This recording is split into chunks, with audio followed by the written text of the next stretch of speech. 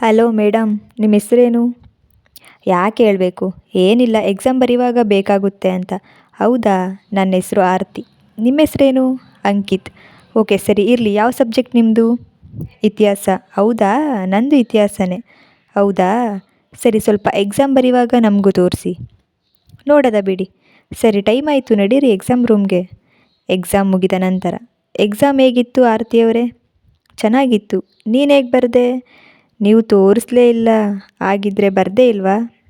ಏನೋ exam fees ಕಟ್ಟಿದ್ನಲ್ಲ ಅಂತ ಬರದೆ ಅಷ್ಟೆ. ಹೌದಾ, ಓಕೆ, ನಾನು ಹೋಗ್ತೀನಿ, ಬಾಯ್.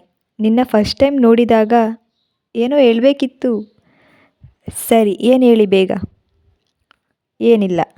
ಸರಿ, ಹಾಗಾದರೆ ನಾನು ಹೋಗ್ತೀನಿ. ನೀನು ನಂಬರ್ ಕೊಡ್ಬೋದಲ್ವಾ? ನಂಬರೆಲ್ಲ ಕೊಡಲ್ಲ. ಪ್ಲೀಸ್ ಕಣೆ, ನಂಬರ್ ಕೊಡು. ಇಷ್ಟು ಕೇಳ್ಕೊತಿದ್ಯಾ ಅಂತ ಒಂದು ಕ್ಲೂ ಕೊಡ್ತೀನಿ. ಅದೇನು, ಬೇಗ ಹೇಳು. ನಾನು ಪ್ರತಿ ವಾರ ಆಂಜನೇಯ ಸ್ವಾಮಿ ಟೆಂಪಲ್ಗೆ ಬರ್ತೀನಿ. ಸರಿ, ಯಾವ ಟೈಮ್ಗೆ ಬರ್ತೀಯಾ?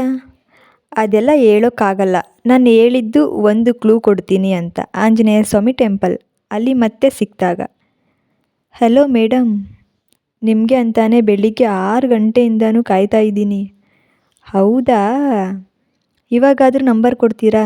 ಹೇಗಿದ್ದರೂ ಟೆಂಪಲ್ಗೆ ಬರ್ತಾ ಇರ್ತೀನಲ್ವಾ, ಮತ್ತು ನಂಬರ್ ಯಾಕೆ? ಇಲ್ಲೇ ಸಿಗ್ತೀನಲ್ಲ.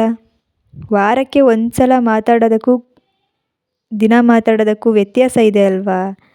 ದಿನ ಮಾತಾಡೋ ಅಂಥದ್ದೇನಿದೆ ಅಲ್ವಾ? ನಿಮಗೆ ಇಲ್ಲದೇ ಇರ್ಬೋದು, ಆದರೆ ನನಗಿದೆ. ಹೌದಾ, ಅಂಥದ್ದೇನಿದೆ? ನಿನ್ನ ನಂಬರ್ ಕೊಡು, ಆಮೇಲೆ ಹೇಳ್ತೀನಿ. ಏನಂತ ಹೇಳಿ ಕೊಡ್ತೀನಿ. ನಂಬರ್ ಕೊಟ್ರೇ ಹೇಳೋದು. ಸರಿ, ತಗೋ. ಓಕೆ, ನಂಬರ್ ಸಿಕ್ತಲ್ವಾ? ಹೇಳು ಇವಾಗ ಏನದು ಅಂತ. ಸಂಜೆ ಹೇಳ್ತೀನಿ, ಬಾಯ್.